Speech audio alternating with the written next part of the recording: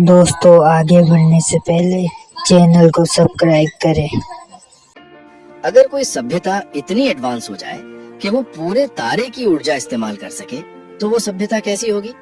मतलब हम अभी धरती पर कोयला, तेल, गैस, न्यूक्लियर से बिजली बना रहे हैं, और दूसरी तरफ कोई सभ्यता सीधे अपने स्टार को ही पावर प्लांट बना ले।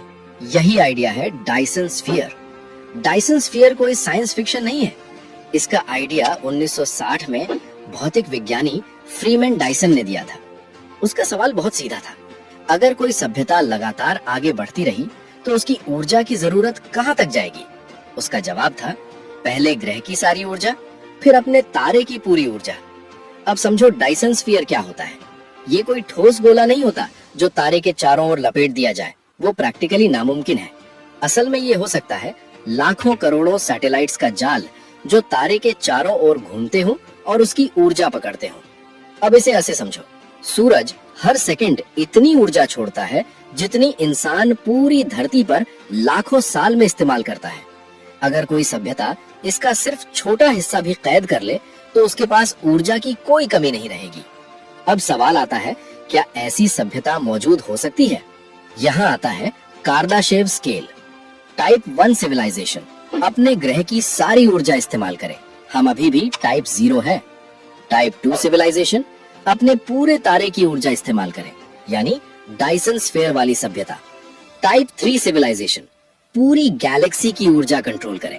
मतलब डायसन स्फीयर बनाना इस बात का सबूत होगा कि वो सभ्यता हमसे हजारों लाखों साल आगे है। अब सबसे दिलचस्प बात देखो, वैज्ञानिक सच में डायसन स्फीयर के संकेत खोज रहे हैं। अब ये कैसे खोजेंगे? तो देखो, ऐसा स्ट्रक्चर तारे की रोशनी कम कर देगा और अजीब इंफ्रारेड रेडिएशन छोड़ेगा।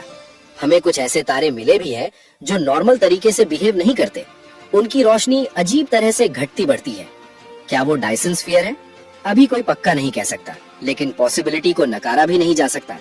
अगर हमें कभी डायसन स्फीयर मिल जाए तो उसका मतलब होगा हम ब्रह्मांड में अकेले नहीं हैं, और जो है वो हमसे बेहद ज्यादा ताकतवर है। इतनी ताकतवर कि वो अपने तारे को इंजीनियरिंग प्रोजेक्ट बना चुका है। और यहीं पर इंसान डरता है, क्योंकि ऐसी सभ्यता के सामने हम क्या है? शायद कुछ भी नहीं। लेकिन यही डर हमें आगे बढ़ने पर मजबूर भी करता है, क्योंकि डायसन स्फीयर कोई कल्पना नहीं, ये एक फ्यूचर वार्निंग है। अगर सभ्यता बची रही तो उसे वहां तक पहुंचना ही पड़ेगा, या फिर वो खुद को खत्म कर लेगी।